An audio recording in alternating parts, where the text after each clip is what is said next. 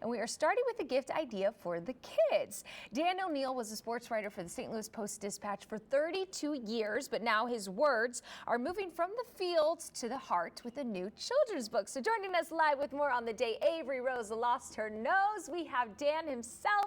Dan, thanks so much for joining us today. Thanks for having me. Great to be here. We were talking, so you have, this is actually your 8th book, but this is your first children's book. Yeah. And it's really quite something how it all started. Yeah, well, it's Avery Rose is my first of 8 now grandchildren. And, you know, I babysat her quite a bit. I still do a little bit, but it was just something I was noodling around with writing, which I often do. I mean, I've done some poetry and fiction things in addition to sports writing. So I just played around with it, and I would put it aside for long periods of time, and then I'd come back to it. Yeah. And I got to the point where I had enough, you know, it was pretty long, and I finally had to figure out how to end it. I couldn't figure out where it was going.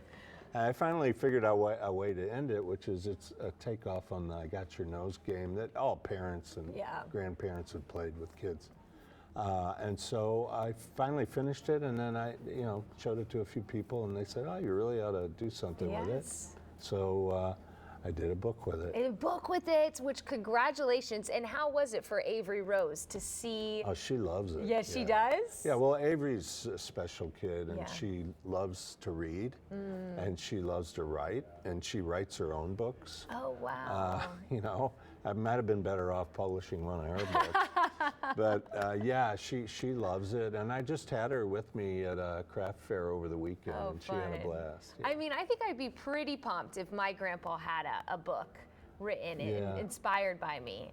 Well, like I said, I have 8 grandkids now, so you're gonna have to have 8 more. That's or the problem. 7 more. But her brothers, she's one of 4, so she's got 2 brothers and a sister, and they're illustrated in the book with her. Oh, they are. Yeah. That's wonderful. Now, I know, of course, it's out now. People can get this now. We're talking holidays. What's the best way to be able to get this book for grandkids of your own? Yeah, the best place to get it is on my website, or I can sign it. You can leave a message how you want it signed, and I can ship it from my website, and that's danO'Neill.net.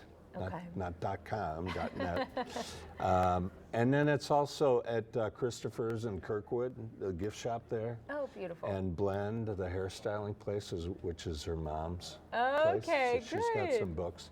But those are the best places. It's on Amazon, but it's only in the soft cover on Amazon. Okay, perfect. Well, it's such a darling book, and I want to, before we wrap it up, we also have to talk about the illustrations, because they're really something.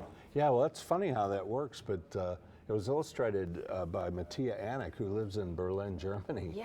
And I've never even had a conversation with her. It was all done by email. Wow. And I didn't tell her what to do or anything. I didn't.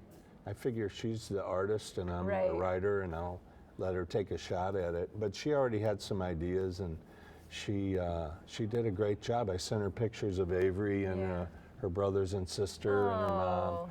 And she did a pretty good job. The likeness is pretty good. Yes, I would agree. Well, thank you so much, Dan, for joining us Thanks today. For having me. From the sports page to the children's book, I love to hear it. The day Avery Rose lost her nose. Now, Dan also has some upcoming book signings. You can find the full list of those this holiday season at kcka.com/showme.